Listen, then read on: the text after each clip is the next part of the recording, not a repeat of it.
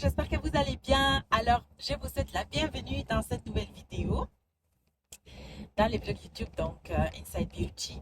Là, aujourd'hui, on va aborder un sujet qui me tient vraiment à cœur, que j'aime beaucoup, voilà, parce que c'est un sujet qui nous touche un peu tous, que ce soit des près ou de loin, parce qu'on connaît des gens qui sont atteints, ou parce que nous-mêmes, on en a fait, donc...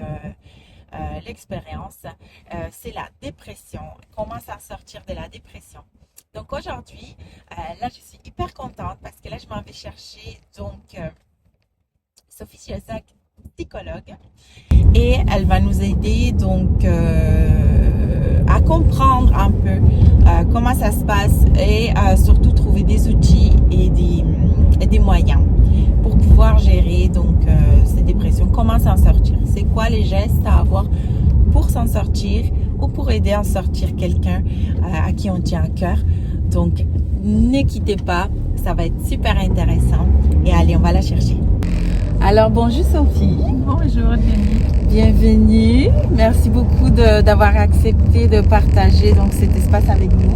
Merci à toi. Alors, explique un peu, j'aimerais ça que tu te présentes d'abord. Donc, je te laisse le soin de te présenter correctement. Eh bien, écoute, moi, je suis psychopraticienne. D'accord. J'ai un cabinet à Pézenas, donc ça fait 7 ans maintenant que j'exerce ce métier, donc c'est une reconversion. Je propose en fait de la thérapie brève. D'accord. Et puis, je me suis axée sur la thérapie de couple. Oui. Et la sexothérapie. Et donc j'utilise 3 outils principalement. C'est l'hypnose. D'accord. C'est l'analyse transactionnelle et la programmation neurolinguistique. Voilà, Ah, génial. C'est vraiment mes trois outils C'est top. en cabinet. Et puis à côté de ça, eh bien, je propose de la formation. D'accord. Donc je fais des ateliers principalement aujourd'hui pour le couple. D'accord. Et puis des formations en programmation Un neurolinguistique. PNL. Ouais. Ah, c'est génial. Voilà. Super. Ok, parfait. Alors, j'ai un peu présenté tout à l'heure donc aux abonnés le sujet qu'on allait aborder aujourd'hui. Donc, c'est la dépression, mais c'est pas que, c'est plutôt, voilà, quelques tips, quelques trucs que tu nous conseillerais pour s'en sortir de la dépression ou pour aider quelqu'un à trouver la voie de la guérison. Alors en fait déjà, l'état dépressif, comment dire, l'état dépressif, il y a plusieurs types de dépression. Oui, D'accord. Donc voilà, il y a plusieurs types de dépression. Par exemple, une que la femme connaît plutôt pas mal, oui. c'est juste avant les règles. Ah oui, les syndromes Tu vois, prémenstruels. et ben alors ça fait partie Ah oui, d'accord. de la dépression. Ouais, c'est vrai. Ça rentre en fait dans ce qu'on le appelle cadre. la dépression. Bon, Ah oui. il y a la dépression majeure, Oui, celle qu'on appelle la dépression majeure, oui. que c'est celle dont on parle en général quand on dit voilà, je suis en dépression. Oui. Hein, voilà. Alors en fait, il y en a 5. 5 types de dépression. Quand tu vas chez le médecin, en fait, il va te poser certaines questions pour savoir un petit peu de quoi on parle réellement. D'accord. Où tu en es. Où tu en es. Puis la dépression, souvent, c'est on se sent triste. Oui. Et on se dit, voilà, je suis en dépression, j'ai plus envie, je me sens triste. Oui. C'est pas que ça, c'est pas que ça la dépression. Il y a des gens, par exemple, sur la dépression atypique, qui arrivent à être joyeux. Quand ils font une activité, ils sont très joyeux. Oui. Quand ils rencontrent des gens, ils sont très joyeux. Oui. Et puis, dès qu'ils sont seuls, Oui. et c'est juste l'enfer. Oui. Hein? Donc ça, le médecin, alors le généraliste ou le psychiatre peut déceler le type de dépression dans lequel on est. Et du coup, sur mon anti-sèche là, j'ai spécifié 28 signes, 28 signes Ah, qui indiquent c'est top. Ok. que on est en dépression. D'accord. Alors, si on n'a qu'un seul signe et que c'est un jour dans l'année, on n'est pas en dépression, tout va bien. Ah, d'accord. Ok. Il faut en fait cumuler plusieurs Cumulé, signes c'est ça. et puis sur au moins 2 semaines. Ah oui, sur le Tu temps, vois, d'accord. Si c'est tous les jours sur au moins 2 semaines, et ben là on peut commencer un peu à s'inquiéter. D'accord. Alors, on a la dépression majeure, ça c'est celle qu'on connaît tous, c'est celle dont on parle Oui. en général, et ça c'est au moins 5 signes Oui. hein, des 28, au moins 5 signes pendant 2 semaines, tous les jours pendant 2 semaines. D'accord. Ok. Là, il y a de fortes chances pour que ça soit une dépression. Au moins 5 signes de 28 signes de 28. Oui. Oui. Voilà, une D'accord. dépression majeure. Ensuite, on a la dépression atypique. Oui. Et alors, la dépression atypique, pourquoi atypique? Parce que, par exemple, dans une dépression, bien souvent, on maigrit, on n'a plus faim. Ah, d'accord. Et bien, dans la dépression atypique, on se met à grossir et on se met à énormément À manger. Ah, Tu vois, il y a des choses qui sont complètement à l'inverse. Oui, d'accord. Et pourtant, eh ben, voilà, c'est un signe quand même, un signe de dépression. D'accord. On a la dysthymie. Et la dysthymie, c'est vraiment un trouble de l'humeur.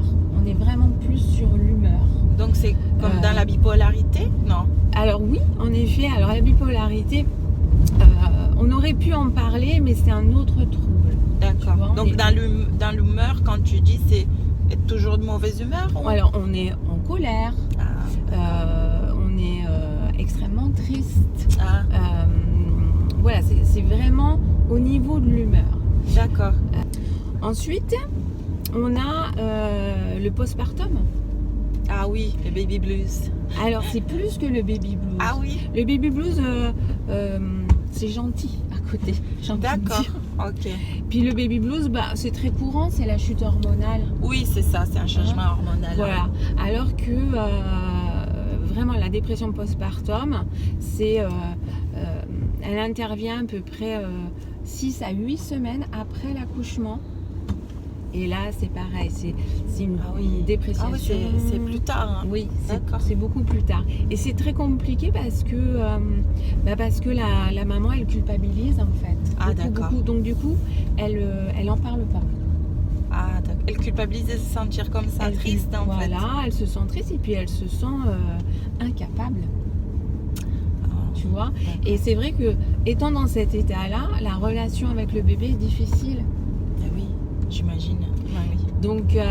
Donc faut vraiment, vraiment, vraiment en parler avec, D'accord. au moins avec son médecin généraliste D'accord. qui lui va rediriger. D'accord. Et puis il y a une dépression que beaucoup connaissent, mais souvent on passe à côté. C'est le trouble affectif saisonnier. Trouble affectif saisonnier. Ouais. Ah, la dépression saisonnière. Ouais. D'accord. Ouais, Ok. on l'appelle comme ça et en fait, voilà, souvent à l'automne, fin d'automne, rentrée d'hiver. Oui, oui, c'est vrai. On a une espèce de coup de blues, Ouais. on se sent pas très très bien, voilà. Mais étonnamment, on peut l'avoir en plein été aussi. Ah, c'est vrai, d'accord. Donc c'est, donc, ok. Donc pourquoi Celle d'hiver, en fait, on met ça un petit peu sur le compte du manque de lumière. Oui, c'est pour ça que ça m'étonne que l'été. Mais ça peut arriver aussi à d'autres saisons. D'accord. Voilà, c'est pour ça que c'est saisonnier. Top. Donc là, ça c'est les 5 sortes de dépression. Oui. D'accord. Ok. Je vais présenter à nos abonnés l'endroit qu'on visite aujourd'hui. Donc tu nous as amené où? À Saint-Guilhem-le-Désert. D'accord. Et pourquoi cet endroit?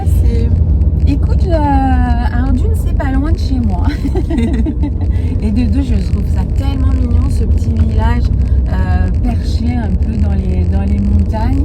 C'est un village qui est vraiment typique. Oui, c'est vrai. Du sud de la France, je trouve. Ils ont plein de petites ruelles. Je trouve ça vraiment très très joli. Il y a une ruine de château en hauteur qui est super sympa, une belle balade à faire. Si tes abonnés veulent se donner la peine.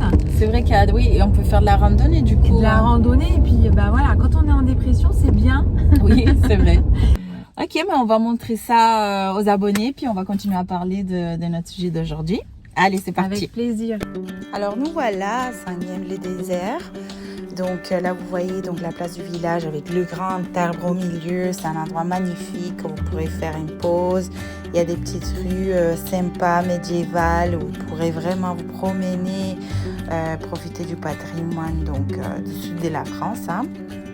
Donc Saint-Guilhem se trouve dans l'Hérault, donc dans le Languedoc-Roussillon. Et puis c'est vraiment un village médiéval incroyable. Donc là, vraiment, je vous invite à faire le petit détour. Vous avez plein de petits commerces, des petits cafés. Il fait souvent très, très beau à Saint-Guilhem. Vous avez une place aussi des randonnées où vous pouvez vous promener. Donc voilà, c'est des petits endroits qu'on voulait vous faire découvrir. Et puis, je vous retrouve bientôt avec notre psychopraticienne.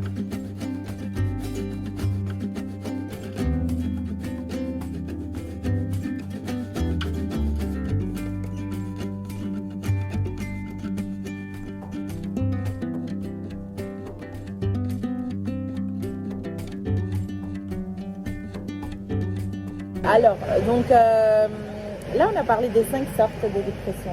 Voilà, de différents types de dépression. Et puis je te disais, donc du coup, j'avais listé 28 signes Oui, ok. qui peuvent indiquer que on traverse un état dépressif. Top. Voilà. Donc, Alors, du coup, quels sont ces signes? alors le premier, c'est cette sensation de tristesse en fait. Oui, d'accord. Ce sentiment voilà, que tout est gris, comme aujourd'hui. Oui. Donc du coup, il y a cette sensation de tristesse. Le matin, je me lève, je suis triste. Et puis, quoi qu'on me dise, quoi qu'il se passe, je suis triste. Voilà, je n'arrive pas à avoir un moment de gaieté. J'allais dire de bonheur, mais c'est même pas une histoire de bonheur. Je n'arrive pas à sourire. Voilà. Ensuite, on est irritable. D'accord. Il fait pas beau, ça m'agace. Ouais, parce que râle après tout à la météo, ils n'avaient pas dit qu'il ferait pas beau. Oui, c'est ça. S'il n'y a que ce signe-là, c'est pas grave. c'est pas forcément un signe de dépression. bien sûr. Hein. Voilà.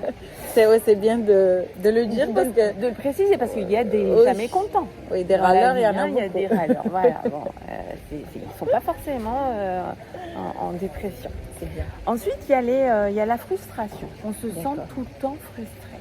Ok. Et puis souvent, c'est de la faute des autres. Oui, c'est ça. On est dans un espèce de cercle en fait où on se sent acculé. Les autres, c'est toujours de la faute des autres, alors que on a parfois le sentiment de faire, de donner, etc., et de jamais recevoir. Donc on est frustré. Ça peut être on porte son attention vers des problèmes mineurs. On focalise sur... On trouve la petite bébête là. Voilà. On a cette incapacité à se détendre. On est tout le temps en train de bouger, tout le temps en train de réfléchir. Voilà, on est dans l'incapacité de se poser et vraiment d'apprécier le moment présent. C'est ce qui m'est arrivé. Il y a une diminution, il peut y avoir une diminution de la libido. C'est pas tout le temps. Pas tout le temps. Encore une fois, c'est certains signes, pas forcément tous, mais pas un seul. Mais peut y avoir un désintérêt de la sexualité ou alors en tout cas moins de plaisir, voire plus de plaisir du tout. D'accord. La perte d'intérêt des activités quotidiennes, c'est-à-dire tout nous ennuie en fait. D'accord. Du coup, on se maquille plus, pour nous, on se trouve coiffe plus plus, d'intérêt, on s'habille plus, voire on se lave plus. Oui, c'est vrai. Il faut au moins avoir au moins 5 de ces signes-là et que ça soit récurrent pour pouvoir dire oui, ok, là, peut-être. D'accord. Donc il y a l'accumulation des signes et la récurrence dans le temps. Exactement. Ok, allez. Ensuite, il y a l'insomnie. Ah oui. Comme on réfléchit beaucoup, qu'on est tout le temps en activité, ben, on a du mal à se poser parce que si on se pose, ben, ça veut dire qu'en effet, on va peut-être penser à ce qui se passe chez nous. Oui. Et ça, on n'en a pas du tout envie. Oui. Donc du coup, ben, on s'occupe. Et du coup, on n'arrive même plus à dormir. Et à l'inverse, ben, il y a le trou de sommeil. J'allais t'en C'est parler. je ne veux plus penser à rien. C'est Donc ça. du coup, je dors. Moi, c'est ce qui m'est arrivé. Je me réfugiais dans le sommeil. Sommeil. Bah oui, comme ça, Enfin, le temps passe. J'étais pas là, je me déconnectais. Voilà, le temps passe. Et ça, c'est un signe de la dépression atypique, je te disais. D'accord, Tout oui, à l'heure. en effet, oui, Voilà, c'est donc ça. on est plutôt dans l'inverse. Dans Donc, l'inverse, je dors. Parce que dans un... Alors l'alimentation, bah oui. On parlait tout à l'heure. Alors en général, on est plutôt dans une perte d'appétit, Oui. une perte de poids assez rapide. Mais bah, ça peut être l'inverse et on peut se jeter sur la nourriture, le sucre en particulier, Oui. parce que d'une, on se remplit, donc on remplit un vide qu'on ressent vraiment. Et puis de deux, ben, évidemment, le sucre, ben, ça joue sur nos hormones et donc il y a une espèce de pic de bien-être. On essaie de se droguer, quoi, mais quelque qui ne part. dure pas. Bah oui, C'est ça. bah oui. Hein, on le sait, hein, la pire drogue, Ouais, c'est le sucre. c'est le sucre. Ouais. Ensuite, il y a l'agitation. On en parlait, hein, tout se rejoint, l'agitation. C'est l'activité, l'agitation. D'accord. On va à droite, on va à gauche, on est tout le temps en train de bouger. C'est ça. Voilà, on n'arrive pas à se poser. Il y a les crises de colère. D'accord. Alors tout le monde peut faire des crises de colère, Oui, ça va. oui. On est oui. hein, bah oui. Si le petit dernier fait une crise de colère, il n'est pas forcément en dépression. Il est juste peut-être en colère. Voilà. Mais là, c'est des colères pour tout et rien. D'accord. Hein, voilà, on parlait par exemple sur la route tout à l'heure, bon, de cette personne qui nous double. Là, ça peut être une colère monumentale qui dure pendant des jours. Oui, c'est ça. On se défoule sur un... Je disais, au niveau de la réflexion, on est un peu plus lent. D'accord. On comprend moins vite les choses. On a besoin qu'on nous réexplique les choses. On est au ralenti, quoi, en fait. Que ça soit physiquement, donc intellectuellement, ça peut nous affecter. Ouais, tout à fait. Et donc là, on a parlé de 5, donc les 5 sortes de dépression. Oui, alors il y a un truc dont on n'a pas parlé, c'est le burn-out. Oui, c'est vrai. Et qui est quand même très lié, non, des fois. Et donc on est vraiment dans la dépression, mais par rapport à un épuisement professionnel. Mais on retrouve tous ces signes-là dont on a parlé tout à l'heure et qui seront dans ta description, où il y aura un lien, je ne sais pas trop comment on va faire. Mais en tout cas, voilà, le burn-out, c'est aussi une dépression qui est plus liée à l'aspect professionnel, mais qui reste une dépression. Oui, c'est comme une sorte de dépression. C'est une dépression. Ah, c'est une dépression. C'est une dépression, tout à fait. Dépression. Et d'ailleurs, suite à un burn-out, donc le mot burn-out est posé, et suite à ça, pour quelqu'un qui ne s'en sortirait pas, on va lui dire mais vous êtes en état dépressif. Donc, d'accord. Hein, comme quoi c'est réellement lié. Et dis-moi, c'est pas que professionnel, parce qu'il y a aussi le burn-out maternel. Tout à fait. En fait, c'est un trop-plein de tout. On est complètement dépassé, submergé. Donc il y a une charge. Hein, c'est vraiment la charge mentale que l'on se met. Hein, voilà, on est complètement dépassé, noyé en fait par cette charge mentale. D'accord. Ce qui entraîne en effet les mêmes signes que sur la dépression. Ouais. Donc au mot de la fin, sur la dépression et les façons de s'en sortir, qu'est-ce que tu pourrais nous... Voilà, est-ce que tu as quelque chose à rajouter à ce qu'on a déjà parlé? Quelque chose d'indispensable, quelque chose qui... Alors l'indispensable, c'est de prendre conscience que ça ne va pas et que ce n'est pas normal. D'accord. Voilà, même si ça fait que 3 semaines que vous êtes dans cet état-là, vous avez quelqu'un dans votre entourage qui est dans cet état-là, où vous retrouvez moins 5 signes qu'on a décrits tout à l'heure, ce n'est pas normal. La vie, elle ne doit pas être vécue comme ça. Oui, parce que c'est vrai qu'on peut tomber dans ce piège et se dire non, mais ça va aller, c'est normal, ça va. Exactement.